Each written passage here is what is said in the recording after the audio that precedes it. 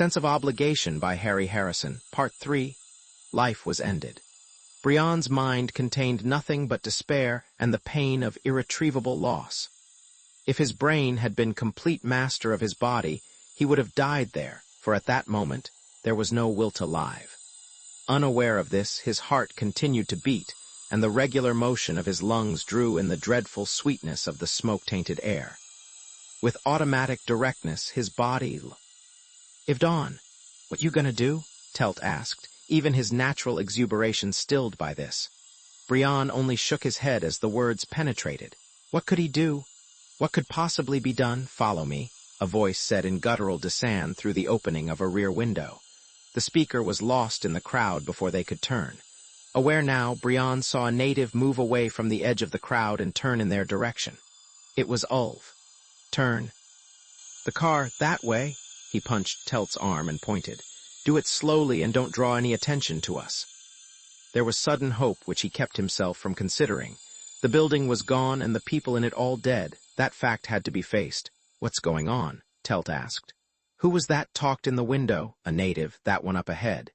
He saved my life in the desert, and I think he is on our side. Even though he's a native Desa, he can understand facts that the Magter can't. He knows what will happen to this planet." Brion was talking, filling his brain with words so he wouldn't begin to have hope. Ulv moved slowly and naturally through the streets, never looking back. They followed as far behind as they dared, yet still keeping him in sight. There were fewer people about here among the deserted off-world storehouses. Ulv vanished into one, light metals trust limit. The sign read above the door. Telt slowed the car. "Don't stop here," Brion said. "Drive on around the corner and pull up." Brion climbed out of the car with an ease he did not feel. There was no one in sight now in either direction. Walking slowly back to the corner, he checked the street they had just left. Hot, silent, and empty. A sudden blackness appeared where the door of the warehouse had been, and the sudden flickering motion of a hand. Brion signaled Telt to start and jumped into the already moving sandcar, into that open door, quickly before anyone sees us. The car rumbled down a ramp into the dark interior, and the door slid shut behind them. "Ulv, what is it? Where are you?" Brion called, blinking in the murky interior. A gray form appeared next to him. "I am here. Did you?" There was no way to finish the sentence.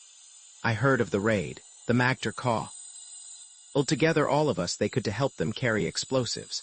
I went along. I could not stop them, and there was no time to warn anyone in the building." "Then they are all dead?" "Yes." Ulv nodded. "All except one. I knew I could possibly save one, and I was not sure who, so I took the woman you were with in the desert. She is here now. She was hurt, but not badly when I brought her out." Guilty relief flooded through Brion. He shouldn't exult, not with the death of everyone in the Foundation still fresh in his mind. But at that instant he was happy. "May I see her?" he asked Ulv. He was seized by the sudden fear that there might be a mistake. Perhaps Ulv had saved a different girl. Ulv led the way across the empty loading bay. Brion followed closely, fighting down the temptation to tell him to hurry. When he saw that Ulv was heading towards an office in the wall, he could control himself no longer and ran on ahead. It was Lee, lying unconscious on a couch. Sweat beaded her face, and she moaned and stirred without opening her eyes. "I gave her Sover, then wrapped her in cloth so no one would know," Ulv said. Telt was close behind them, looking in through the open door. "Sover is a drug they take from one of their plants," he said. "We got a lot of experience with it. A little, mate. It's a good knockout drug, but it's deadly poison in large doses. I got the antidote in the car. Wait, and I'll get it." He went out. Brion sat next to Lee and wiped her face clean of dirt and perspiration. The dark shadows under her eyes were almost black now, and her elfin face even thinner. Yet she was alive. That was the important thing. Some of the tension drained away, and he could think again. There was still the job to do. After this last experience, she should be in a hospital bed. Yet this was impossible. He had to drag her to her feet and put her back to work. The answer might still be found. Each second ticked away another fraction of the planet's life. "Good as new in a minute," Telt said, banging down the heavy med box. He watched intently as Ulv left the room. "Ihjel should know about this renegade. Might be useful as a spy or for information. Of course, it's too late now to do anything, so the hell with it." He pulled a pistol-shaped hypodermic gun from the box and dialed a number on the side. Now, if you'll roll her sleeve up, I'll bring her back to life. He pressed the bell-shaped, sterilizing muzzle against her skin and pulled the trigger. The hypo gun hummed briefly, ending its cycle with a large click. Does it work fast? Brion asked. Couple of minutes. Just let her be. And she'll come to by herself. Killer, Ulf hissed from the doorway. His blowgun was in his hand, half raised to his mouth. He's been in the car, he's seen it. Telt shouted and grabbed for his gun. Brion sprang between them, raising his hands. Stop it, no more killing. He shouted this in Desan, then he shook his fist at Telt. Fire that gun and I'll stuff it down your throat. I'll handle this. He turned to face Ulf, who hadn't raised the blowgun any closer to his lips. This was a good sign. The Desan was still uncertain. You have seen the body in the car, Ulf, so you must have seen that it is that of a Mactor. I killed him myself because I would rather kill 10 or even 100 men rather than have everyone on this planet destroyed. I killed him in a fair fight, and now I am going to examine his body. There is something very strange and different about the Mactor. You owe that yourself. If I can find out what it is, perhaps we can make them stop this war and not bomb Nijord. Ulf was still angry, yet he lowered the blowgun a little. I wish there were no off-worlders, that none of you had ever come. Nothing was wrong until you started coming. The Mactor were the strongest, and they killed, but they also helped. Now they want to fight a war with your weapons, and for this you are going to kill my world? And you want me to help you? Not me, yourself, Brion said wearily. There's no going back, that's the one thing we can't do. Maybe Dis would have been better off without off-planet contact, maybe not. In any case, you have to forget about that. You have contact now with the rest of the galaxy for better or for worse. You've got a problem to solve, and I'm here to help you solve it. Seconds ticked by as Ulf, unmoving, fought with questions that were novel to his life. Could killing stop death? Could he help his people by helping strangers to fight and kill them? His world had changed, and he didn't like it. He must make a giant effort to change with it. Abruptly, he pushed the blowgun into a thong at his waist, turned and strode out. Too much for my nerves, Telt said, settling his gun back in the holster. You don't know how happy I'm going to be when this thing is over. Even if the planet goes bang, I don't care, I'm finished. He walked out to the sandcar, keeping a careful eye on the Desan crouched against the wall. Brion turned back to Lee, whose eyes were open, staring at the ceiling. He went to her. Running, she said, and her voice had a toneless emptiness that screamed louder than any emotion. They ran by the open door of my room, and I could see them when they killed Dr. Stein. Just butchered him like an animal, chopping him down. Then one came into the room, and that's all I remember. She turned her head slowly and looked at Brion. What happened? Why am I here? There. Dead, he told her. All of them. After the raid, the Desans blew up the building. You're the only one that survived. That was Ulf who came into your room, the Desan we met in the desert. He brought you away and hid you here in the city. When do we? Eve, she said, in the same empty tones, turning her face to the wall. When do we get off this planet? Today is the last day. The deadline is midnight. Kraft will have a ship pick us up when we are ready. But we still have our job to do. I've got that body. You're going to have to examine it. We must find out about the Mactor. Nothing can be done now except leave. Her voice was a dull monotone. There is only so much that a person can do, and I've done it. Please have the ship come. I want to leave now. Brion chewed his lip in helpless frustration. Nothing seemed to be able to penetrate the apathy she had sunk into. Too much shock, too much terror in too short a time. He took her chin in his hand and turned her head to face him. She didn't resist, but her eyes were shining with tears. Tears trickled down her cheeks. Take me home, Brion, please take home. He could only brush her sodden hair back from her face then and force himself to smile at her. The particles of time were running out, faster and faster, and he no longer knew what to do. The examination had to be made, yet he couldn't force her. He looked for the med box and saw that Telt had taken it back to the sandcar. There might be something in it that could help. A tranquilizer, perhaps. Telt had some of his instruments open on the chart table and was examining a tape with a pocket magnifier. He jumped nervously and put the tape behind his back when Brion entered, then relaxed when he saw who it was. Thought you were the creep-eye out there coming for a look, he whispered. Maybe you trust him, but I can't afford to. Can't even use the radio. I'm getting out of here now. I have to tell Hise. Tell him what? Brion asked sharply. What is all the mystery about? Telt handed him the magnifier and tape. Look at that. Recording tape from my scintillation counter. Red verticals are 5-minute intervals. The wiggly black horizontal line is the radioactivity level. All this where the line goes up and down, that's when we were driving out to the attack. Varying hot level of the rock and ground. What's the big peak in the middle? That coincides exactly with our visit to the House of Horrors. When we went through the hole in the bottom of the tower, he couldn't keep the enthusiasm out of his voice. Does it mean that? I don't know. I'm not sure. I have to compare it with the other tapes back at base. It could be the stone of the tower. Some of these heavy rocks got a high natural count. There maybe could be a box of instruments there with fluorescent dials. Or it might be one of those tactical atom bombs they threw at us. So already, some arms runner sold them a few. Or it could be the cobalt bombs. It could be, Telt said, packing his instruments swiftly. A badly shielded bomb or an old one with a crack in the skin could give a trace like that. Just a little radon leaking out would do it. Why don't you call Highs on the radio? Let him know. Don't want Granddaddy Craft's listening posts to hear about it. This is our job, if I'm right. And I have to check my old tapes to make sure. But it's gonna be worth a raid. I can feel that in my bones. Let's unload your corpse. He helped Brion, then slipped into the driver's seat.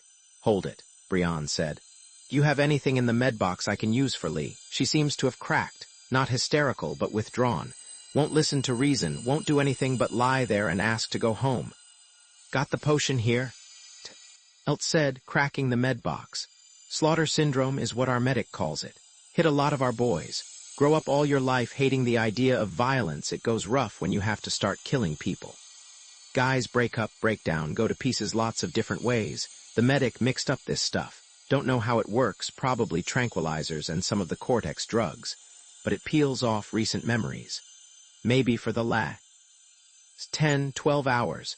You can't get upset about what you don't remember. He pulled out a sealed package. Directions on the box. Good luck. Luck, Brion said and shook the technician's calloused hand. Let me know if the traces are strong enough to be bombs. He checked the street to make sure it was clear, then pressed the door button.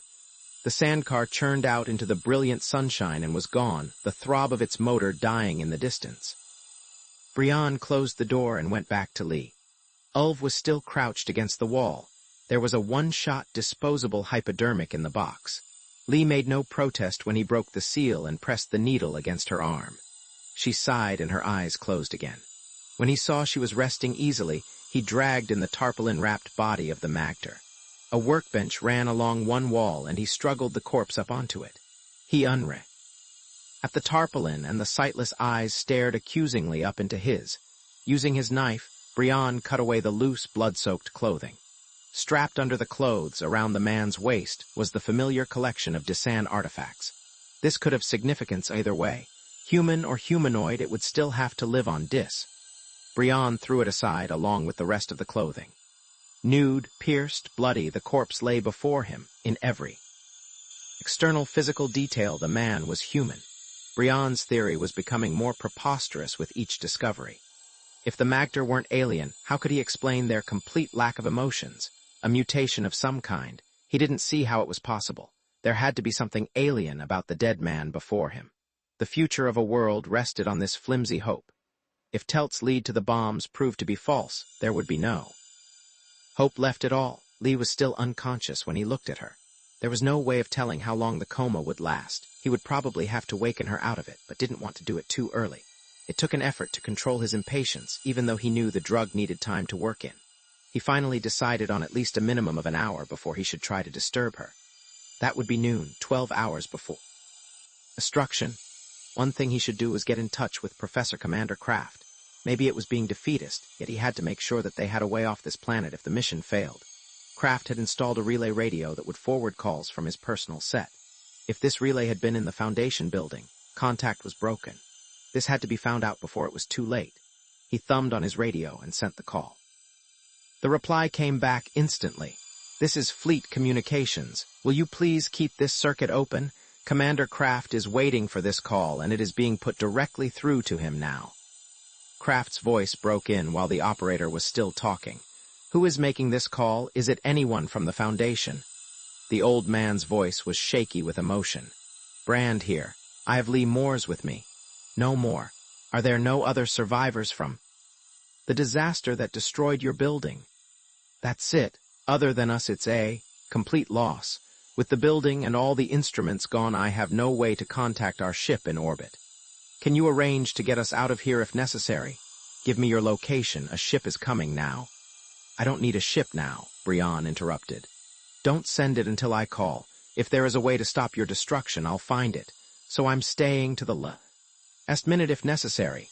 Kraft was silent. There was just the crackle of an open mic and the sound of breathing. That is your decision, he said finally. I'll have a ship standing by, but won't you let us take Miss Moores out now?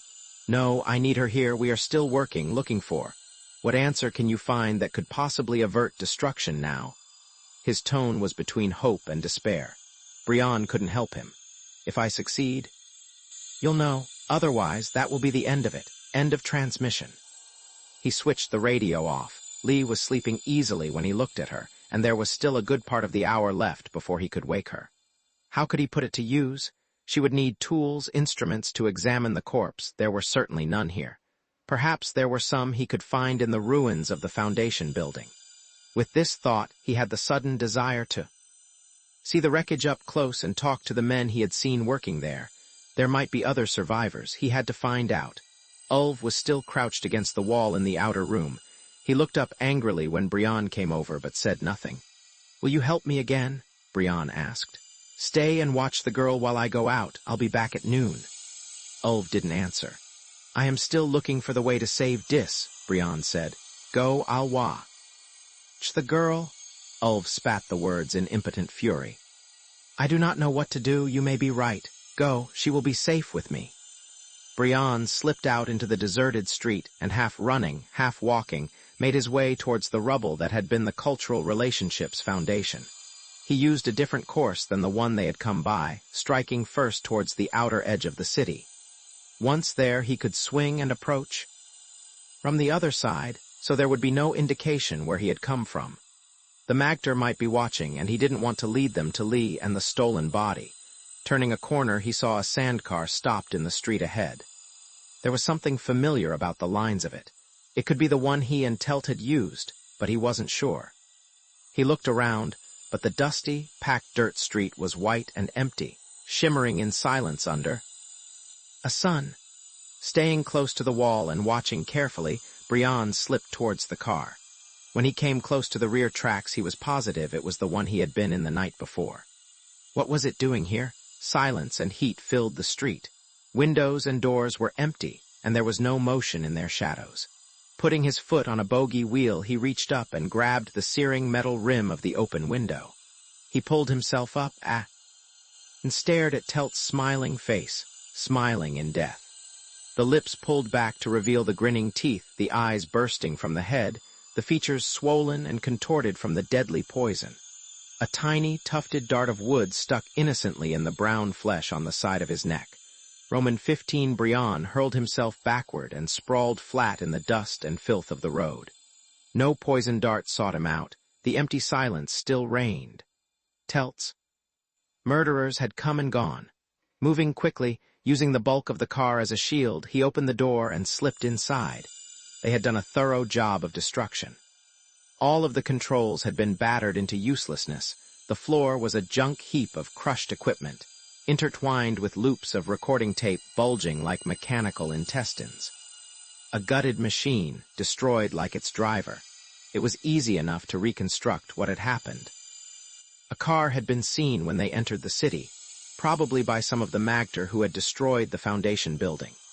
They had not seen where it had gone, or Brion would surely be dead by now. But they must have spotted it when Telt tried to leave the city, and stopped it in the most effective way possible, a dart through the open window into the unsuspecting driver's neck. Telt dead. The brutal impact of the man's death had driven all thought of its consequences from Brion's mind. Now he began to realize. Telt had never sent word of his discovery of the radioactive trace to the Nijord army. He had been afraid to use the radio and had wanted to tell Hyes in person and to show him the tape. Only now the tape was torn and mixed with all the others, the brain that could have analyzed it dead.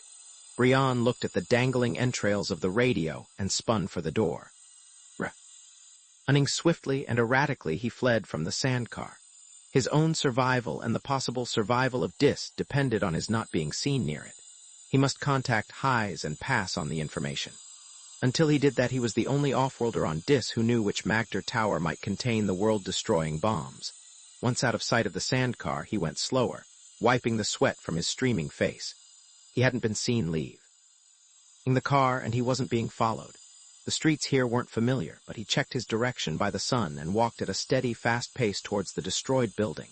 More of the native Disans were in the streets now. They all noticed him, some even stopped and scowled fiercely. With his empathic awareness, he felt their anger and hatred. A knot of men radiated death, and he put his hand on his gun as he passed them. Two of them had their blowguns ready, but didn't use them. By the time he had turned the next corner, he was soaked with nervous perspiration. Ahead was the rubble of the destroyed building. Grounded next to it was the tapered form of a spacer's pinnace. Two men had come from the open lock and were standing at the edge of the burnt area. Brion's boots grated loudly on the broken wreckage. The men turned quickly towards him, guns raised, both of them. Arid ion rifles. They relaxed when they saw his off-world clothes. Savages, one of them growled. He was a heavy planet man, a squashed-down column of muscle and gristle whose head barely reached Brion's chest. A pushed-back cap had the crossed slide rule symbol of ship's computer man. Can't blame them, I guess, the second man said. He wore Purser's insignia. His features were different, but with the same compacted body they were as physically alike as twins, probably from the same home planet. They gonna get their whole world blown from under them at midnight. Looks like the poor slob in the streets finally realized what is happening. Hope we're in jump space by then. I saw Estrada's world get it, and I don't want to see that again, not twice in one lifetime. The computer man was looking closely at Brion, head tilted sideways to see his face. You need transporte? Off-world? He asked. We're the last ship at the port, and we're going to boil out of here as soon as the rest of our cargo is aboard. Give you a lift if you need it. Only by a tremendous effort at control did Brion conceal the destroying sorrow that overwhelmed him when he looked at that shattered wasteland, the graveyard of so many. No, he said. That won't be necessary. I'm in touch with the blockading fleet and they'll pick me up. Before midnight. You from Nijord? The purser growled. No, Brion said, still only half aware of the men. But there is trouble with my own ship. He realized that they were looking intently at him, that he owed them some kind of explanation. I thought I could find a way to stop the war. Now, I'm not so sure. He hadn't intended to be so frank with the spaceman, but the words had been topmost in his thoughts and had simply slipped out. The computer man started to say something, but his shipmate speared him in the side with his elbow. We blast soon, and I don't like the way these Disans are looking at us. Captain said to find out what caused the fire, then get back, so let's go. Don't miss your ship, the computer man said to Brion and started for the pinnace. Then he hesitated and turned. Sure there's nothing we can do for you. Sorrow would accomplish. Nothing. Brion fought to sweep the dregs of emotion from his mind and to think clearly. You can help me, he said. I could use a scalpel or any other surgical instruments you might have. Lee would need those. Then he remembered Telt's undelivered message. You have a portable radio transceiver. I can pay you for it. The computer man vanished inside the rocket and reappeared a minute later with a small package. There's a scalpel. Demagnetized tweezers in here, all I could find in the medkit. Hope they'll do. He reached inside and swung out the metal case of a self-contained transceiver. Take this, it's got plenty of range, even on the longer frequencies. He raised his hand at Brion's offer to pay. My donation, he said. If you can save this planet, I'll give you the whole pinnace as well. We'll tell the captain we lost the radio in some trouble with the Nate. Isn't that right, Moneybags? He prodded the purser in the chest with a finger that would have punched a hole in a weaker man. I read you loud and clear, the purser said. I'll make out an invoice so stating back in the ship.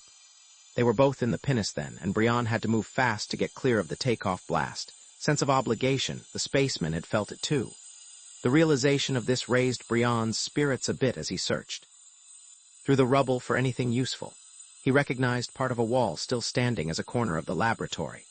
Poking through the ruins, he unearthed broken instruments and a single battered case that had barely missed destruction. Inside was the binocular microscope, the right tube bent, its lenses cracked and obscured. The left eyepiece still seemed to be functioning. Brion carefully put it back in the case. He looked at his watch. It was almost noon. These few pieces of equipment would have to do for the dissection. Watched suspiciously by the onlooking Desands, he started back to the warehouse. It was a long, circuitous walk, since he didn't dare give any clues to his destination. Only when he was positive he had not been observed or followed did he slip through the building's entrance, locking it behind him. Lee's frightened eyes met his when he went into the office. "Endley's smile here among the cannibals," she called. Her strained expression gave the lie to the cheeriness of her words. "What has happened? Since I woke up, the great stone face over there," she pointed to Ulv, "has been telling me exactly nothing." "What's the last thing you can remember?" Brion asked carefully. He didn't want to tell her too much, lest this bring on the shock again. Ulv had shown great presence of mind in not talking to her. "You must know," Lee said. "I remember quite a lot, Brion Brandd. I shan't go into details, since this sort of thing is best kept from the natives. For the record, then, I can recall going to sleep after you left, and nothing since then. It's weird. I went to sleep in that lumpy hospital bed and woke up on this couch, feeling simply terrible, with him just simply sitting there and scowling at me. Won't you please tell me what is going on?" A partial truth was best, saving all of the details that he could for later. "The Magter attacked the Foundation building," he said. "They are getting angry at all off-worlders now. You were still knocked out by a sleeping drug, so Ulv helped bring you here. It's afternoon now. Of the last day," she sounded horrified. "While I'm playing Sleeping Beauty, the world is coming to an end. Was anyone hurt in the attack or killed?" "There are a number of casualties and plenty of trouble," Brion said. He had to get her off the subject. Walking over to the corpse, he threw back the cover from its face. "But this is more important right now. It's one of the Magter. I have a scalpel and some other things here. Will you perform an autopsy?" Lee huddled back on the couch, her arms around herself, looking chilled in spite of the heat of the day. "What happened to the people at the building?" she asked in a thin voice. The injection had removed her memories of the tragedy, but echoes of the strain and shock still reverberated in her mind and body. "I feel so exhausted. Please tell me what happened. I have the feeling you're hiding something." Brion sat next to her and took her hands in his, not surprised to find them cold. Looking into her eyes, he tried to give her some of his strength. "It wasn't very nice," he said. "You were shaken up by it. I imagine that's why you feel the way you do now. But, Lee, you'll have to take my word for this. Don't ask any more questions. There's nothing we can do now about it. But we can still find out about the Magter. Will you examine the corpse?" She tried to ask something, then changed her mind. When she dropped her eyes, Brion felt the thin shiver that went through her body. "There's something terribly wrong," she said. "I know that. I guess I'll have to take your word that it's best not to ask questions. Help me up, will you, darling? My legs are absolutely liquid."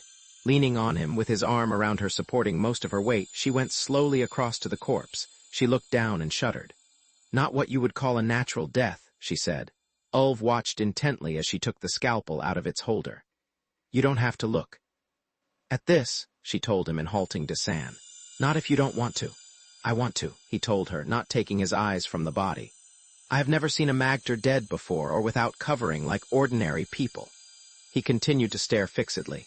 "Find me some drinking water, will you, Brion?" Lee said, "and spread the tarp under the body. These things are quite messy." After drinking the water, she seemed stronger and could stand without holding onto the table with both hands. Placing the tip of the scalpel just below the Magter's breastbone, she made the long, continuous post-mortem incision down to the pubic symphysis. The great, body-length wound gaped open like a red mouth. Across the table, Ulv shuddered but didn't avert his eyes. One by one, she dissected the internal organs and removed them. Once she looked up at Brion, then quickly turned to work. The silence stretched on until Brion had to break it. "Tell me, can't you? Have you found out anything?" His words snapped the thin strand of her strength, and she staggered back to the couch and collapsed onto it. Her blood-stained hands hung over the side, making a strangely terrible contrast to the whiteness of her skin. "I'm sorry, Brion," she said, "but there's nothing at all. There are minor differences, organic changes I've never seen before. His liver is tremendous for one thing. But changes like this are certainly consistent within the pattern of Homo sapiens as adopted to a different planet.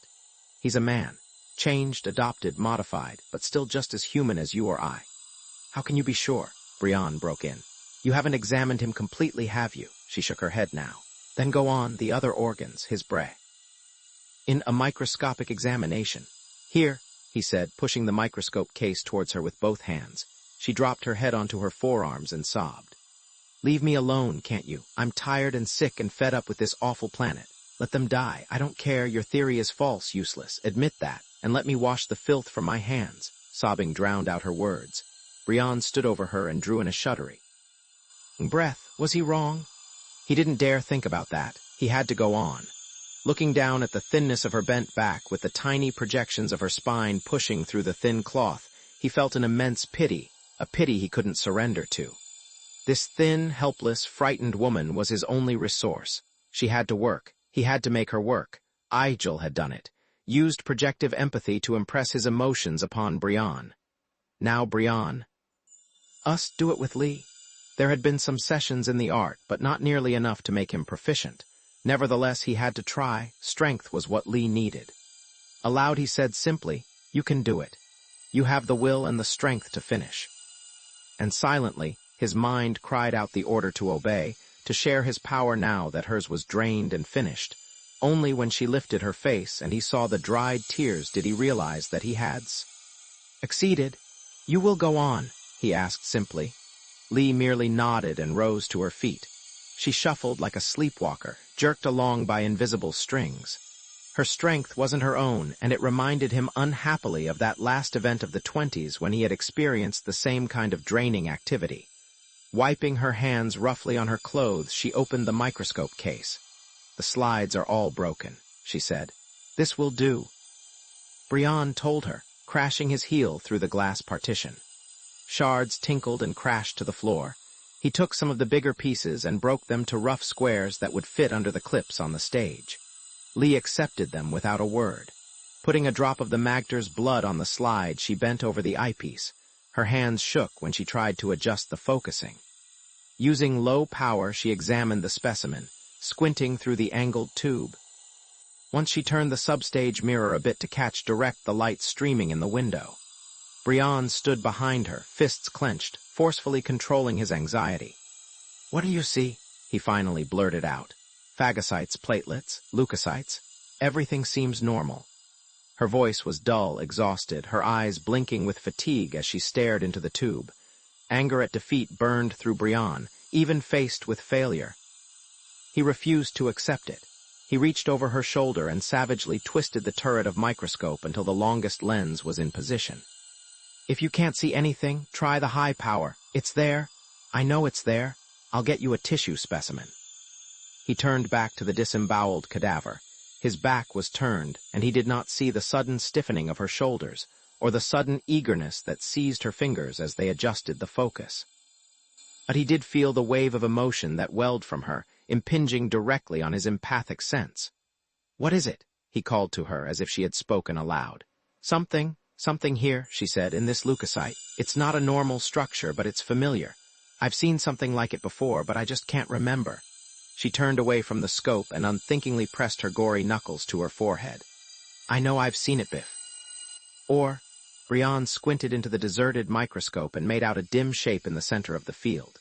It stood out sharply when he focused, the white jellyfish shape of a single-celled leukocyte. To his untrained eye, there was nothing unusual about it. He couldn't know what was strange when he had no idea of what was normal. You see those spherical green shapes grouped together? Lee asked. Before Brion could answer, she gasped, I. Remember now? Her fatigue was forgotten in her excitement. Isria perchasi, that was the name, something like that. It's a coccid, a little scale insect. It had those same shapes collected together within its individual cells. What do they mean? What is the connection with dis? I don't know, she said. It's just that they look so similar, and I never saw anything like this in a human cell before. In the coccids, the green particles grow into a kind of yeast that lives within the insect. Not a parasite, but a real symbiote. Her eyes opened wide as she caught the significance of her own words. A symbiote, and dis was the world where symbiosis and parasitism had become more advanced and complex than on any other planet. Lee's thoughts spun around this fact and chewed at the fringes of the logic. Brion could sense her concentration and absorption. It nothing to break the mood. Her hands were clenched into fists, her eyes staring unseeingly at the wall as her mind raced. Brion and Ulv sat quietly, watching her, waiting for her conclusions. The pieces were falling into shape at last. Lee opened her clenched fists and smoothed them on her sodden skirt. She blinked and turned until she saw Brion. "Is there a tool box here?" she asked. Her words were so unexpected that it took Brion a moment to answer. Before he could say anything, she spoke again. "No hand tools, it would take too long. Could you find anything like a power saw? That would be ideal." She turned back to the microscope, so he didn't have any opportunity to question her. Ulv was still looking at the body of the magter and had understood nothing of what they had said. Brion went out into the loading bay. There was nothing he could use on the ground floor, so he took the stairs to the floor above. A corridor here passed by a number of rooms. All of the doors were locked, including one with the hopeful sign tool room on it. He battered at the metal door with his shoulder without budging it. As he stopped to look for a way and he glanced at his watch. 2 o'clock? In 10 hours the bombs would fall on Dis. The need for haste tore at him. Yet there could be no noise. Someone in the street might, Irrit. He quickly stripped off his shirt and wrapped it in a loose roll around the barrel of his gun, extending it in a loose tube in front of the barrel. Holding the rolled cloth in his left hand, he jammed the gun up tight against the door, the muzzle against the lock. The single shot was only a dull thud, inaudible outside of the building. Pieces of broken mechanism jarred and rattled inside the lock, and the door swung open. Lee was Stan. Ding by the body when he came back, holding up the small power saw with a rotary blade. "Will this do?" he asked. "Runs off its own battery, almost fully charged too." "Perfect," she answered. "You're both going to have to help me." She switched into the Desan language. "Ulv, would you find some place where you can watch the street without being seen? Signal me when it is empty. I'm afraid this saw is going to make a lot of gnaw." Ulv nodded and went out into the bay, climbing a heap of empty crates so he could peer through the small windows set high in the wall. He looked carefully in both directions, then waved to her to go ahead. "Stand to one side and hold the cadaver's chin, Brion," she said. "Hold it firmly so the head doesn't shake around when I cut. This is going to be a little gruesome. I'm sorry, but it'll be the fastest way to cut the bone." Saw bit into the skull. Once Ulv waved them into silence and shrank back himself into the shadows next to the window. They waited impatiently until he gave them a sign to continue again. Brion held steady while the saw cut a circle completely around the skull. "Finished," Lee said, and the saw dropped from her limp fingers to the floor. She massaged life back into her hands before she finished the job. Carefully and delicately, she removed the cap of bone from the magter's head, exposing his brain to the shaft of light from the window. "You were right all the time, Brion," she said. "There is your alien." Ulv joined them as they looked down at the exposed brain of the magter. The thing was so clearly evident that even Ulv noticed it. "I have seen dead animals and my people dead with their heads open, but I have never seen anything like that before," he said. "What is it?" Brion asked. "The invader, the alien you were looking for," Lee told him. The magter's brain was only 2/3 of its normal size. Instead of filling the skull completely, it shared the space with a green, amorphous shape. This was ridged somewhat like a brain, but the green shape had still darker nodules and extensions. Lee took her scalpel and gently prodded the dark, moist mass. "It reminds me very much of something that I've seen before on Earth," she said. "The green fly, Drepanosiphum platinoides, and an unusual organ it has called the pseudova. Now that I have seen this growth in the magter's skull, I can think of a positive parallel. The fly Drepanosiphum also has a large green organ, only it fills half of the body cavity instead of the head. Its identity puzzled biologists for years, and they had a number of complex theories to explain it away. Finally, someone managed to dissect and examine it. The pseudova turned out to be a living plant, a yeast-like growth that helps with the green fly's digestion. It produces enzymes that enable the fly to digest the great amounts of sugar it gets from plant juice." "That's not unusual," Brion said, puzzled. "Termites and human beings are a couple of other creatures whose digestion is helped by internal flora. What's the difference in the green fly? Reproduction, mainly. All the other gut-living plants have to enter the host and establish themselves as outsiders, permitted to remain as long as they are useful. The green fly and its yeast plant have a permanent symbiotic relationship that is essential to the existence of both. The plant's spores appear in many places throughout the fly's body, but they are always in the germ cells. Every egg cell has some, and every egg that grows to maturity is infected with the plant spores. The continuation of the symbiosis is unbroken and guaranteed. You think those green spheres in the magter's blood cells could be the same kind of thing? Brion asked. I'm sure of it, Lee said. It must be the same process. There are probably green spheres throughout the magter's bodies, spores or offspring of those things in their brains. Enough will find their way to the germ cells to make sure that every young magter is infected at birth. While the child is growing, so is the symbiote. Probably a lot faster since it seems to be a simpler organism. I imagine it is well established in the brain pan within the first 6 months of the infant's life. But why? Brion asked. What does it do? I'm only guessing now, but there is plenty of evidence that gives us an idea of its function. I'm willing to bet that this symbiote itself is not a simple organism. It's probably an amalgam of plant and animal like most of the other creatures on Dis. The thing is just too complex to have developed since mankind has been on this planet. The magter must have caught the symbiotic infection by eating some Disan animal. The symbiote lived and flourished in its new environment, well protected by a bony skull in a long-lived host, in exchange for food, oxygen, and comfort. The brain symbiote must generate hormones and enzymes that enable the magter to survive. Some of these might aid digestion, enabling the magter to eat any plant or animal life they can lay their hands on. The symbiote might produce sugars, scavenge the blood of toxins. There are so many things it could do. Things it must have done, since the magter are obviously the dominant life form on this planet. They paid a high price for their symbiote, but it didn't really matter to race survival until now. Did you notice that the magter's brain is no smaller than normal? It must be, or how else could that brain symbiote fit inside the skull with it? Brion said. If the magter's total brain were smaller in volume than normal, it could fit into the remaining space in the cranial hollow. But the brain is full-sized. It is just that part of it is missing, absorbed by the symbiote. The frontal lobes, Brion said with sudden realization.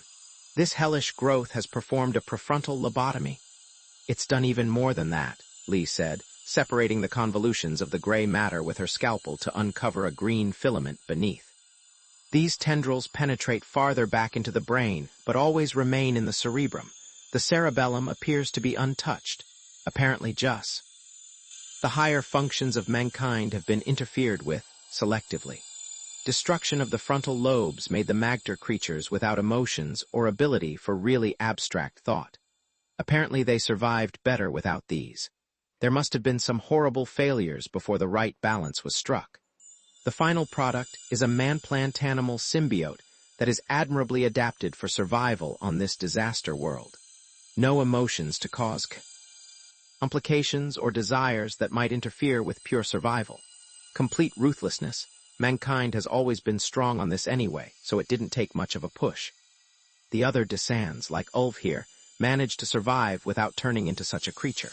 So why was it necessary for the magter to go so far? Nothing is necessary in evolution, you know that, Lee said. Many variations are possible, and all the better ones can continue. You might say that Ulf's people survive, but the magter survive better. If off-world contact hadn't been re-established, I imagine that the magter would slowly have become the dominant race. Only they won't have the chance now. It looks as though they have succeeded in destroying both races with their suicidal urge. That's the part that doesn't make sense, Brion said. The magter have survived and climbed right to the top of the evolutionary heap here, yet they are suicidal. How come they haven't been wiped out before this? Individually, they have been aggressive to the point of suicide. They will attack anything and everything with the same savage lack of emotion. Luckily, there are no bigger animals on this planet. So where they have died as individuals, their utter ruthlessness has guaranteed their survival as a group. Now they are faced with a problem that is too big for their half destroyed minds to handle. Their personal policy has become their planetary policy, and that's never a very smart thing. They are like men with knives who have killed all the men who were only armed with stones. Now they are facing men with guns, and they are going to keep charging and fighting until they are all dead. It's a perfect case of the utter impartiality of the forces of evolution. Men infected by this Desan life form were the dominant creatures on this planet. The creature in the Magter's brains was a true symbiote then, giving something and receiving something, making a union of symbiotes where all were stronger together than any could be separately. Now this is changed. The Magter brain cannot understand the concept of racial death in a situation where it must understand to be able to survive. Therefore, the brain creature is no longer a symbiote, but a parasite. And as a parasite it must be destroyed. Brion broke in. We're not fighting shadows anymore, he exulted. We've found the enemy, and it's not the Magter at all. Just a sort of glorified tapeworm that is too stupid to know when it is killing itself off. Does it have a brain? Can it think? I doubt it very much, Lee said. A brain would be of absolutely no use to it, so even if it originally possessed reasoning powers, they would be gone by now. Symbiotes or parasites that live internally like this always degenerate to an absolute minimum of functions. Tell me about it. What is this thing? Ulv broke in, producing the soft form of the brain symbiote. He had heard all their excited talk but had not understood a word. Explain it to him, will you, Lee, as best you can, Brion said, looking at her and realized how exhausted he was. And sit down while you do it. You're long overdue for a rest. I'm going to try. He broke off when he looked at his watch. It was after 4 in the afternoon, less than 8 hours to go. What was he to do? Enthusiasm faded as he realized that only half of the problem was solved. The bombs would drop on schedule unless the Nijorders could understand the significance of this discovery. Even if they understood, would it make any difference to them? The threat of the hidden cobalt bombs would not be changed.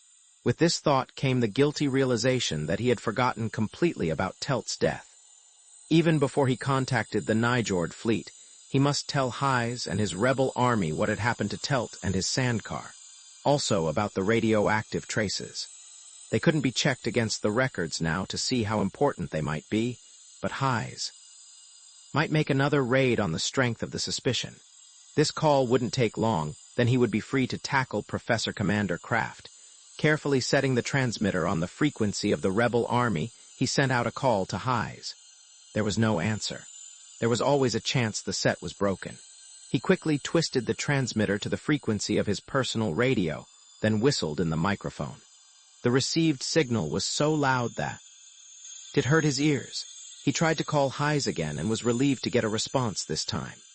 Brion Brandd here, can you read me? I want to talk to Ihjel at once. Shockingly, it was Professor Commander Kraft who answered.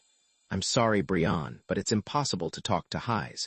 We are monitoring his frequency, and your call was relayed to me. Ihjel and his rebels lifted ship about a half an hour ago and are already on the way back. To Nijord, are you ready to leave now? It will soon become dangerous to make any landings. Even now, I will have to ask for volunteers to get you out of there. Ihjel and the rebel army gone. Brion assimilated the thought at the same moment he realized he was talking to Kraft. He was thrown off balance, not prepared for the encounter. If they're gone, well, then there's nothing I can do about it, Brion said. I was going to call you. So I can talk to you now. Listen and try to understand. You must cancel the bombing. I found out about the Magter, found what causes their mental aberration. If we can correct that, we can stop them from attacking Nijord. Can they be corrected by midnight tonight? Kraft broke in. He was abrupt and sounded annoyed. Even saints get tired. No, of course not. Brion frowned at the microphone, realizing the talk was going all wrong, but not knowing how to fix it. But it won't take too long. I have evidence here that will convince you that what I say is the truth. I believe you without seeing it, Brion. The trace of anger was gone from Kraft's voice now, and it was heavy with fatigue and defeat. I'll admit you are probably right. A little while ago I admitted to Ihjel, too, that he was probably right in his original estimation of the correct way to tackle the problem of dis. We have made a lot of mistakes, and in making them we have run out of time. I'm afraid that is the only fact that is relevant now. The bombs fall at 12, and even then they may drop too late. A ship is already on its way from Nijord with my replacement. I exceeded my authority by running a day past the maximum the technicians gave me. I realize now I was gambling the life of my own. Earled in the vain hope I could save Dis. They can't be saved. They're dead. I won't hear any more about it. You must listen. I must destroy the planet below me. That is what I must do. That fact will not be changed by anything you say. All the off-worlders other than your party are gone. I'm sending a ship down now to pick you up. As soon as that ship lifts, I am going to drop the first bombs. Now, tell me where you are so they can come for you. Don't threaten me, Kraft. Brion shook his fist at the radio in an excess of anger. You're a killer and a world destroyer. Don't try and make yourself out as anything else. I have the knowledge to avert this slaughter, and you won't listen to me. And I know where the cobalt bombs are in the Magter tower that Ihjel raided last night. Get those bombs, and there is no need to drop any of your own. I'm sorry, Brion. I appreciate what you're trying to do, yet at the same time I know the futility of it. I'm not going to accuse you of lying, but you realize how thin your evidence sounds from this end. First, a dramatic discovery of the cause of the Magter's intransigency. Then, when that had no results, you suddenly remember that you know where the bombs are, the best-kept Magter secret. I don't know for sure, but there is a very good chance, Brion said, trying to repair his defenses. Telt made readings. He had other records of radioactivity in this same Magter keep, proof that something is there. But Telt is dead now, the records destroyed. Don't you see? He broke off, realizing how vague and unprovable his case was. This was defeat. The radio was silent, with just the hum of the carrier wave as Kraft waited for him to continue. When Brion did speak, his voice was empty of all hope. Send your ship down, he said tiredly. We're in a building that belonged to the Light Metals Trust Limited, a big warehouse of some kind. I don't know the address here, but I'm sure you have someone there who can find it. We'll be waiting for you. You win, Kraft. He turned off the radio. You mean what you said about giving up? Lee asked. Brion realized that she had stopped talking to Ulf some time ago and had been listening to his conversation with Kraft. He shrugged, trying to put his feeling into words. We've tried and almost succeeded, but if they won't listen, what can we do? What can one man possibly do against a fleet loaded with H-bombs? As if in answer to his question, Ulf's voice drowned him out, the harsh Desan words slashing the silence of the room. Kill you, the enemy, he said. Kill you, Midverk, he shouted the last word. It and his hand flashed to his belt. In a single swift motion, he lifted his blowgun and placed it to his lips. A tiny dart quivered in the already dead flesh of the creature in the Magter's skull. The action had all the symbolism of a broken lance, the declaration of war. Ulv understands it a lot better than you might think, Lee said. He knows things about symbiosis and mutualism that would get him a job as a lecturer in a university on Earth. He knows just what the brain symbiote is and what it does. They even have a word for it, one that never appeared in our Desan language lessons. A life form that you can live with or cooperate with is called Medverk. One that works to destroy you is Umidverk. He also understands that life forms can change and be Medverk or Umidverk at different times. He has just decided that the brain symbiote is Umidverk and is out to kill it.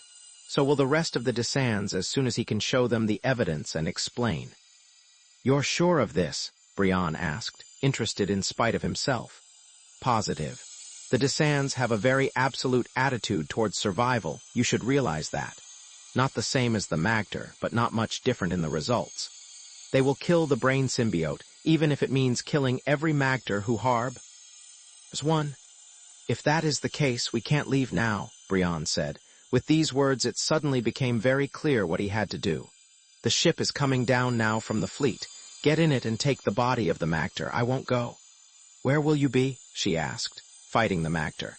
My presence on the planet means that Kraft won't keep his threat to drop the bombs any earlier than the midnight deadline. That would be deliberately murdering me. But if my presence past midnight will stop him, but it should keep the bombs away at least until then. What will you accomplish besides committing suicide? Lee pleaded. You just told me how a single man can't stop the bombs. What will happen to you at midnight? I'll be dead, but in spite of that, I can't run away. Not now. I must do everything possible right up until the last instant. Ulv and I will go to the Magter or try to find out if the bombs are there. He will fight on our side now. He may even know more about the bombs, things that he didn't want to tell me before. We can get help from his people. Some of them must know where the bombs are, being native to this planet. Lee started to say something, but he rushed on, drowning out her words. You have just as big a job. Show the magter to Craft, explain the significance of the Ain parasite to him. Try and get him to talk to Highs about the last raid. Try to get him to hold off the attack. I'll keep the radio with me, and as soon as I know anything I'll call in. This is all last resort, finger in the dike kind of stuff, but it is all we can do. Because if we do nothing, it means the end of Dis. Lee tried to argue with him, but he wouldn't listen to her. He only kissed her, and with a lightness. He did not feel tried to convince her that everything would be all right. In their hearts they both knew it wasn't, yet they left it that way because it was the least painful solution. A sudden rumbling shook the building, and the windows darkened as a ship settled in the street outside. The Njord crew came in with guns pointed, alert for anything. With a little convincing, they took the cadaver, as well as Lee, when they lifted ship. Brion watched. The spacer become a pinpoint in the sky and vanish. He shrugged his shoulders, trying to shake off the feeling that this was the last time he would see any of them. Let's get out of here fast, he told Ulv, picking up the radio, before anyone comes around to see why the ship landed. What will you do? Ulv asked as they went down the street towards the desert. What can we do in the few hours we have left? He pointed at the sun, Ring the horizon. Brion shifted the weight of the radio to his other hand before replying. Get to the Magter tower we raided last night, that's the best chance. The bombs might be there, unless you know where the bombs are. Ulf shook his head. I do not know, but some of my people may. We will capture a Magter, then kill him so they can all see the Umidverk. Then they will tell us everything they know. The tower first, then, for bombs, or... Sample Magter, what's the fastest way we can get there? Ulf frowned in thought. If you can drive one of the cars the Offworlders use, I know where there are some locked-in buildings in this city. None of my people know how they are made to move. I can work them, let's go. Chance was with them this time. The first sandcar they found still had the keys in the lock. It was battery-powered, but contained a full charge. Much quieter than the heavy Amic cars, it sped smoothly out of the city and across the sand. Ahead of them, the sun sank in a red wave of color, and it was 6 o'clock. By the time they reached the tower, it was 7, and Brion's nerves felt as if they were writhing under his skin. Even though it looked like suicide, attacking the tower brought blessed relief.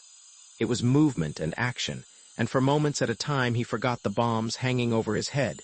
The attack was nerve-wrackingly anticlimactic. They used the main entrance, Ulv ranging soundlessly ahead. There was no one in sight. Once inside, they crept down towards the lower rooms where the radiation had been detected. Only gradually did they realize that the Magter tower was completely empty. Everyone gone, Ulv grunted, sniffing the air in every room that they passed. Many Magter were here earlier, they are gone now. Do they often desert their towers? Jan asked. Never. I have never heard of it happening before. I can think of no reason why they should do a thing like this. Well, I can, Brion told him. They would leave their home if they took something with them of greater value. The bombs. If the bombs were hidden here, they might move them after the attack. Sudden fear hit him. Or they might move them because it is time to take them, to the launcher. Let's get out of here the quickest way we... It can. I smell air from outside, Ulf said, coming from down there. This cannot be because the Magter have no entrances this low in their towers. We blasted one in earlier, that could be it. Can you find it? Moonlight shone ahead as they turned an angle of the corridor, and stars were visible through the gaping opening in the wall. It looks bigger than it was, Brion said, as if the Magter enlarged it. He looked through and saw the tracks on this. And outside. As if they enlarged it to bring something bulky up from below, and carried it away in whatever made those tracks. Using the opening themselves, they ran back to the sandcar. Brion ground it fiercely around and turned the headlights on the tracks. There were the marks of a sandcar's treads, half obscured by thin, unmarked wheel tracks. He turned off the lights and forced himself to move slowly and to do an accurate job. A quick glimpse of his watch showed him there were 4 hours left to go. The moonlight was bright enough to illuminate the tracks. Driving with one hand, he turned on the radio transmitter, already set for Craft's wavelength. When the operator acknowledged his signal, Brion reported what they had discovered and his conclusions. Get that message to Commander Craft now. I can't wait to talk to him. I'm following the tracks. He killed the transmission and stamped on the accelerator. The sandcar churned and bounced down the track. "They are going to the mountains," Ulv said half an hour later, as the track still pointed straight ahead. "There are caves here, and many magter have been seen near them. That is what I have heard." The guess was correct. Before 9 o'clock, the ground humped into a range of foothills, and the darker masses of mountains could be seen behind them, rising up to obscure the stars. "Stop the car here," Ulv said. "The caves begin not too far ahead. There may be magter watching or listening, so we must go quietly." Brion followed the deep-cut grooves, carrying the radio. Ulv came and went on both sides, silently as a shadow, scouting for hidden watchers. As far as he could discover, there were none. By 9:30, Brion realized they had deserted the sandcar too soon. The tracks wound on and seemed to have no end. They passed some caves. Ulv pointed them out to him, but the tracks never stopped. Time was running out, and the nightmare stumbling through the darkness continued. "More caves ahead," Ulv said. "Go quietly." They came cautiously to the crest of the hill, as they had done so many times before, and looked into the shallow valley beyond. Sand covered the valley floor, and the light of the setting moon shone over the tracks at a flat angle, setting them off sharply as lines of shadow. They ran straight across the sandy valley and disappeared into the dark mouth of a cave on the far side. Sinking back behind the hilltop, Brion covered the pilot light with his hand and turned on the transmitter. Ulv stayed above him, staring at the opening of the cave. "This is an important message," Brion whispered into the mic. "Please record." He repeated this for 30 seconds, glancing at his watch to make sure of the time, since the seconds of waiting stretched to minutes in his brain. Then, clearly as possible, without raising his voice above a whisper, he told of the discovery of the tracks and the cave. "The bombs may or may not be in here, but we are going in to find out. I'll leave my personal transmitter here with the broadcast power turned on so you can home on its signal. That will give you a directional beacon, too. Find the cave. I'm taking the other radio in. It has more power. If we can't get back to the entrance, I'll try a signal from inside. I doubt if you will hear it because of the rock, but I'll try. End of transmission. Don't try to answer me because I have the receiver turned off. There are no earphones on this set and the speaker would be too loud here." He switched off, held his thumb on the button for an instant, then flicked it back on. "Goodbye." "Ihjel," he said, and killed the power for good. They circled and reached the rocky wall of the cliff. Creeping silently in the shadows here, they slipped up on the dark entrance of the cave. Nothing moved ahead, and there was no sound from the entrance of the cave. Brion glanced at his watch and was instantly sorry. 10:30. The last shelter concealing them was 5 meters from the cave. They started to rise, to rush the final distance, when Ulv suddenly waved Brion down. He pointed to his nose, then to the cave. He could smell the magter there. A dark figure separated itself from the greater darkness of the cave mouth. Ulv acted instantly. He stood up and his hand went to his mouth. Air hissed faintly through the tube in his hand. Without a noise, the magter folded and fell to the ground. Before the body hit, Ulv crouched low and rushed in. There was the sudden scuffling of feet on the floor. Then silence. Brion walked in, gun ready and alert, not knowing what he would find. His toe pushed against a body on the ground, and from the darkness Ulv whispered, "There were only 2. We can go on now." Finding their way through the cave was a maddening torture. They had no light, nor could they dare use one if they had. There were no wheel marks to follow on the stone floor. Without Ulv's sensitive nose, they would have been completely lost. The caves branched and rejoined, and they soon lost all sense of direction. Walking was maddening and almost impossible. They had to grope with their hands before them like blind men. Stumbling and falling against the rock, their fingers were soon throbbing and raw from brushing against the rough walls. Ulv followed the scent of the magter that hung in the air where they had passed. When it grew thin, he knew they had left the frequently used tunnels and deserted ones. They could only retrace their steps and start again in a different direction. More maddening than the walking was the time. Inexorably, the glowing hands crept around the face of Brion's watch until they stood at 15 minutes before 12. "There is a light ahead," Ulv whispered, and Brion almost gasped with relief. They moved slowly and silently until they stood, concealed by the darkness, looking out into a domed chamber, brightly lit by glowing tubes. "What is it?" Ulv asked, blinking in the painful wash of illumination after the long darkness. Brion had to fight to control his voice to stop from shouting. The cage with the metal webbing is a jump space generator. The pointed sliver shapes next to it are bombs of some kind, probably the cobalt bombs. We found it.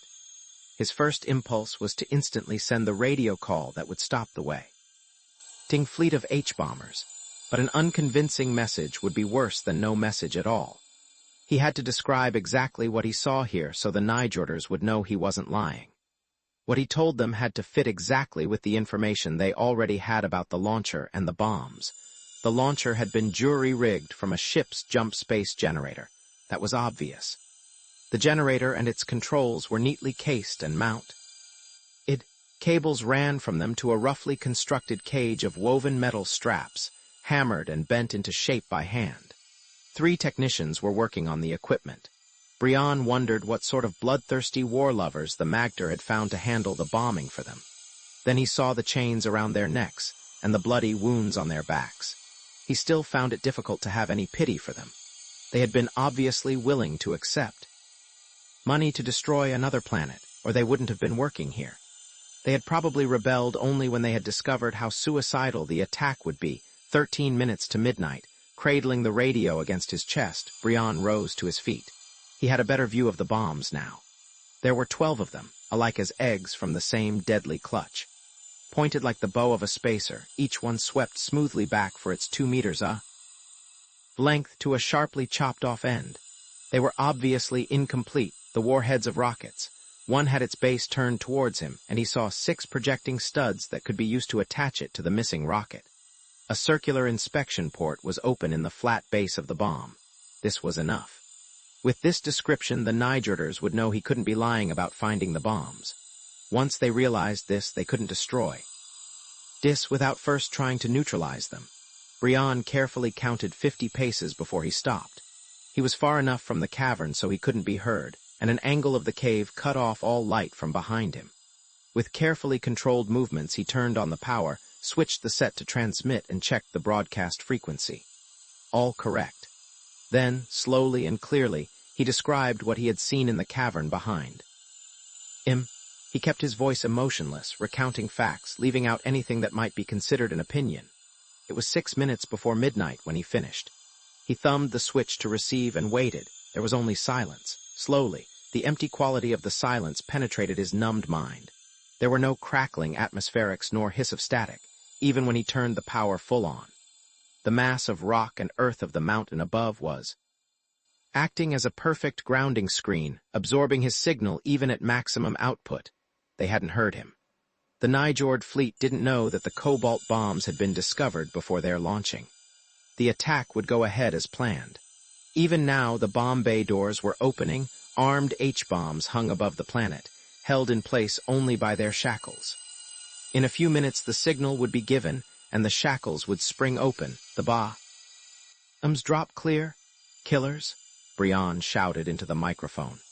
You wouldn't listen to reason, you wouldn't listen to Highs or me, or to any voice that suggested an alternative to complete destruction. You are going to destroy Dis, and it's not necessary. There were a lot of ways you could have stopped it. You didn't do any of them, and now it's too late. You'll destroy Dis, and in turn this will destroy Nijord. Ijhel said that, and I believe him. You're just another failure in a galaxy full of failures. He raised the radio above his head and sent it crashing into the rock floor. Then he was running back to Ulv, trying to run away from the realization that he too had tried and failed. The people on the surface of Dis had less than 2 minutes left to live. They didn't get my message, Brion said to Ulv. The radio won't work this far underground. Then, bombs will fall? Ulv asked, looking searchingly at Brion's face in the dim, reflected light from the cavern. Unless something happens that we know nothing about, the bombs will fall. They said nothing after that. They simply waited. The 3 technicians in the cavern were also aware of the time. They were calling to each other and trying to talk to the Magter. The emotionless, parasite-ridden brains of the Magter saw no reason to stop work, so the men were beaten back to their tasks. In spite of the blows, they didn't go, just gaped in horror as the clock hands moved remorselessly towards 12. Even the Magter dimly felt some of the significance of the occasion. They stopped, too, and waited. The hour hand touched 12 on Brion's watch, then the minute hand. The second hand closed the gap, and for a tenth of a second the three black hands were one. Then the second hand moved on. Brion's immediate sensation of relief was washed away by the chilling realization that he was deep underground. Sound and seismic waves were slow, and the flare of atomic explosions couldn't be seen here. If the bombs had been dropped at 12, they wouldn't know it at once. A distant rumble filled the air. A moment later the ground heaved under them, and the lights in the cavern flickered. Fine dust drifted down from the roof above. Ulv turned to him. But Brion looked away. He could not face the accusation in the Desan's eyes. One of the technicians was running and screaming. The Magter knocked him down and beat him into silence. Seeing this, the other two men returned to work with shaking hands. Even if all life on the surface of the planet were dead, this would have no effect on the Magter. They would go ahead as planned, without emotion or imagination enough to alter their set course. As they worked, the technician's attitude changed from shocked numbness to anger. Right and wrong were forgotten. They had been killed. The invisible death of radiation must already be penetrating into the caves, but they also had the chance for vengeance. Swiftly they brought their work to completion with a speed and precision they had concealed before. "What are those off-worlders doing?" Ulv asked. Brion stirred from his lethargy of defeat and looked across the cavern floor. The men had a wheeled hand truck and were rolling one of the atomic warheads onto it. They pushed it over to the latticework of the jump field. They are going to bomb Nijord now, just as Nijord bombed Dis. That machine will hurl the bombs in a special way to the other planet. "Will you stop them?" Ulv asked. He had his deadly blowgun in his hand, and his face was an expressionless mask. Brion almost smiled at the irony of the situation. In spite of everything he had done to prevent it, Nijord had dropped the bombs, and this act alone may have destroyed their own planet. Brion had it within his power now to stop the launching in the cavern. Should he? Should he save the lives of his killers? Or should he practice the ancient blood oath that had echoed and destroyed down through the ages, an eye for an eye, a tooth for a tooth? It would be so simple. He literally had to do nothing. The score would be evened, and his and the Desan's deaths avenged. Did Ulv have his blowgun ready to kill Brion if he should try to stop the launchings? Or had he misread the Desan entirely? "Will you stop them, Ulv?" he asked. How large was mankind's sense of obligation? The caveman first had this feeling for his mate, then for his family. It grew until men fought and died for the abstract ideas of cities and nations then. For whole planets. Would the time ever come when men might realize that the obligation should be to the largest and most encompassing reality of all, mankind, and beyond that to life of all kinds? Brion saw this idea not in words, but as a reality. When he posed the question to himself in this way, he found that it stated clearly its inherent answer. He pulled his gun out, and as he did he wondered what Ulv's answer might be. "Nijord is Medverk," Ulv said, raising his blowgun and sending a dart across the cavern. It struck one of the technicians, who gasped and fell to the floor. Brion's shots crashed into the control board, shorting and destroying it, removing the menace to Nijord for all time. Medverk, Ulv had said, a life form that cooperates and aids other life forms. It may kill in self-defense, but is essentially not a killer or destroyer. Ulv had a lifetime of knowledge about the interdependency of life. He grasped the essence of the idea and ignored all the verbal complications and confusions. He had killed the Magter, who were his own people, because they were Umidverk, against life, and saved his enemies because they were Medverk. With this realization came the painful knowledge that the planet and the people that had produced this understanding were dead. In the cavern, the Magter saw the destruction of their plans and the cave mouth from which the bullets had come. Silently, they rushed to kill their enemy, a concerted wave of emotionless fury. Brion and Ulv fought back. Even the knowledge that he was doomed no matter what happened could not resign Brion to death at the hands of the Magter. To Ulv, the decision was much easier. He was simply killing Umidverk. A believer in life, he destroyed the anti-life. They retreated into a darkness still firing. The Magter had lights and ion rifles and were right behind them. Knowing the caverns better than the men they chased, pursuers circled. Brion saw lights ahead and dragged Ulv to a stop. "They know their way through these caves and we don't," he said. "If we try to run, they'll just shoot us down. Let's find a spot we can defend and settle into it. Back here. Ulv gave a tug in the right direction. There is a cave with only one very narrow entrance. Let's go.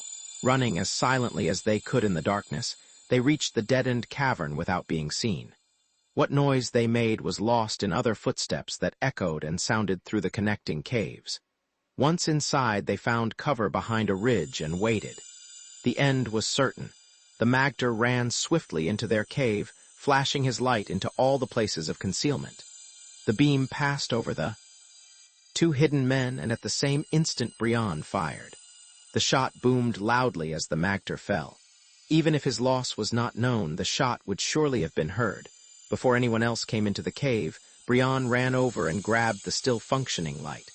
Propping it on the rocks so it shone on the entrance, he hurried back to shelter beside Ulv. They waited for the attack. It was not long in coming. 2 magter rushed in and died. There were more outside, and Brion wondered how long it would be before they remembered the grenades and rolled one into their shelter. An indistinct murmur sounded outside and some sharp explosions. In their shelter, Brion and Ulv crouched low and wondered why the attack didn't come. Then one of the magter came in and Brion hesitated before shooting. The man had backed in, firing behind him as he came. Ulv had no compunctions about killing, only his darts couldn't penetrate the magter's thick clothing. As the magter turned, Ulv's breath pulsed once and death stung the back of the other man's hand. He collapsed into a crumpled heap. "Don't shoot," a voice said from outside the cave, and a man stepped through the swirling dust and smoke to stand in the beam from the light. Brion clutched wildly at Ulv's arm, dragging the blowgun from the Desan's mouth. The man in the light wore a protective helmet, thick bullets and a pouch-hung uniform. He was a Nijorder. This shock of reality was almost impossible to accept. Brion had heard the bombs fall, yet the Nijord soldier was here. The two facts couldn't be accepted together. "Would you keep a hold on his arm, sir, just in case?" the soldier said, glancing warily at Ulv's blowpipe. "I know what those darts can do." He pulled a microphone from one of his pockets and spoke into it. Or soldiers crowded into the cave, and Professor Commander Kraft came in behind them. He looked strangely out of place in the dusty combat uniform. The gun was even more grotesque in his blue-veined hand. After relievedly giving the pistol to the nearest soldier, he stumbled quickly over to Brion and took his hand. "It is a profound and sincere pleasure to meet you in person," he said, "and your friend Ulv as well. Would you kindly explain what is going on?" Brion said thickly. He was obsessed by the strange feeling that none of this could possibly be happening. "We will always remember you as the man who saved us from ourselves," Kraft said, once again the professor instead of the commander. "What he wants are facts, Grandpa, not speeches," Ihjel said. The bent form of the leader of the rebel Nijord army pushed through the crowd of taller men until he stood next to Kraft. "Simply stated, Brion, your plan succeeded. Kraft relayed your message to me, and as soon as I heard it, I turned back and met him on his ship. I'm sorry that Telt's dead, but he found what we were looking for. I couldn't ignore his report of radioactive traces. Your girlfriend arrived with the hacked-up corpse at the same time I did, and we all took a long look at the green leech in its skull. Her explanation of it has made significant sense. We were already carrying out landings when we had your call about something having been stored in the magter tower. After that, it was just a matter of following tracks and the transmitter you planted." "But the explosions at midnight," Brion broke in. "I heard them." "You were supposed to," Ihjel laughed. "Not only you, but the magter in this cave. We figured they would be armed and the cave strongly defended. So, at midnight we dropped a few large chemical explosive bombs at the entrance, enough to kill the guards without bringing the roof down. We also hoped that the magter deeper in would leave their posts or retreat from the imagined radiation. They did, worked like a charm. We came in quietly and took them by surprise, made a clean sweep, killed the ones we couldn't capture. One of the renegade jump space technicians was still alive." Kraft said, "He told us about your stopping the bombs aimed at Nijord, the two of you." None of the Nijorders there could add anything to his words, not even the cynical Ihjel. Yet Brion could empathize their feelings, the warmth of their intense relief and happiness. It was a sensation he would never forget.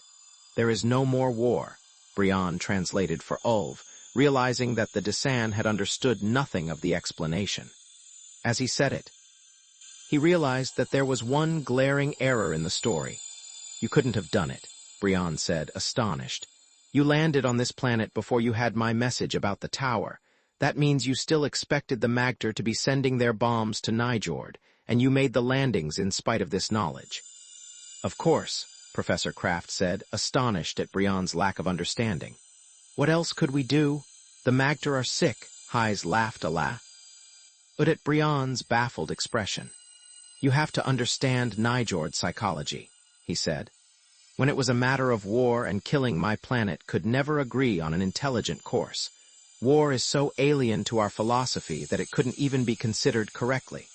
That's the trouble with being a vegetable eater in a galaxy of carnivores. You're easy prey for the first one that lands on your back.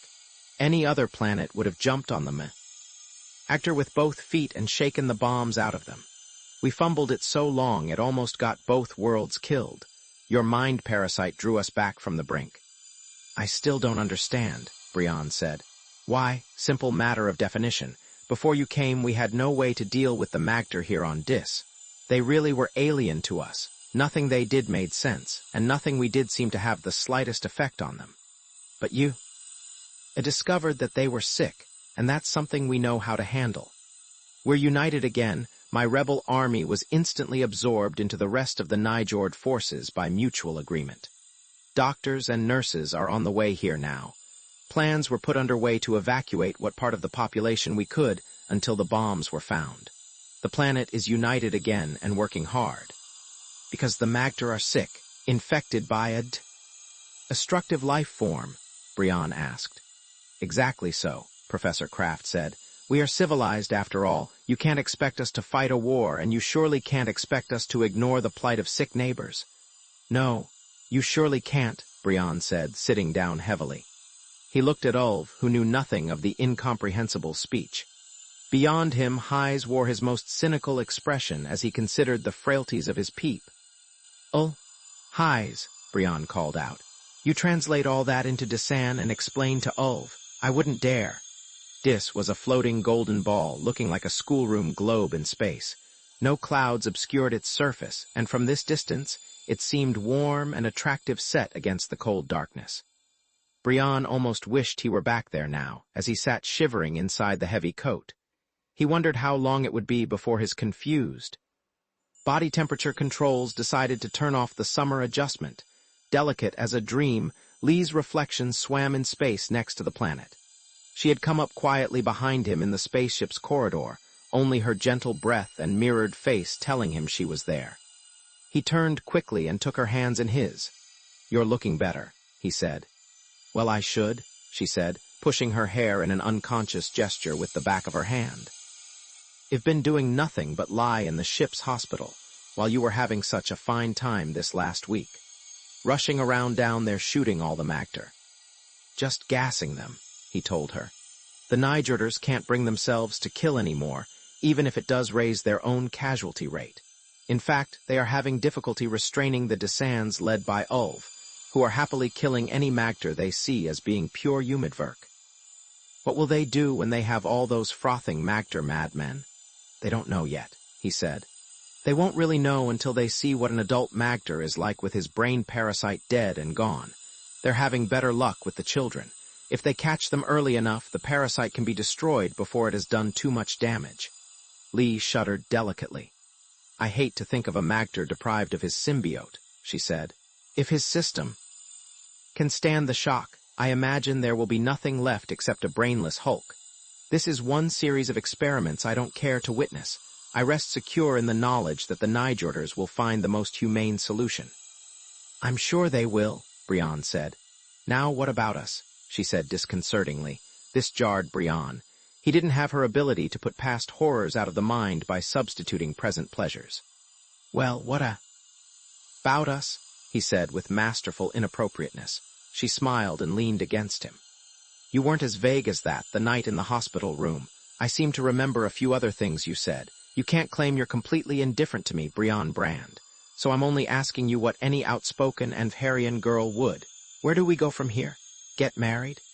There was a definite pleasure in holding her slight body in his arms and feeling her hair against his cheek. They both sensed it, and this awareness made his words sound that much more ugly. Lee, darling, you know how important you are to me, but you certainly realize that we could never get married. Her body stiffened and she tore herself away from him. Why, you great, fat, egotistical slab of meat, she screamed. What do you mean by that? I like you, Lee. We have plenty of fun and games together. But surely you realize that you aren't the kind of girl one takes home to mother. Lee, hold on, he said. You know better than to say a thing like that. What I said has nothing to do with how I feel towards you. But marriage means children, and you are biologist enough to know about Earth's genes. Intolerant yokel, she cried, slapping his face. He didn't move or attempt to stop her. I expected better from you, Wei. All your pretensions of understanding, but all you can think of are the horror stories about the worn-out genes of Earth. You're the same as every other big, strapping bigot from the frontier planets. I know how you look down on our small size, our allergies and hemophilia, and all the other weaknesses that have been bred back and preserved by the race. You hate? But that's not what I meant at all, he interrupted, shocked, his voice drowning. Hers out. Yours are the strong genes, the viable strains, mine are the deadly ones.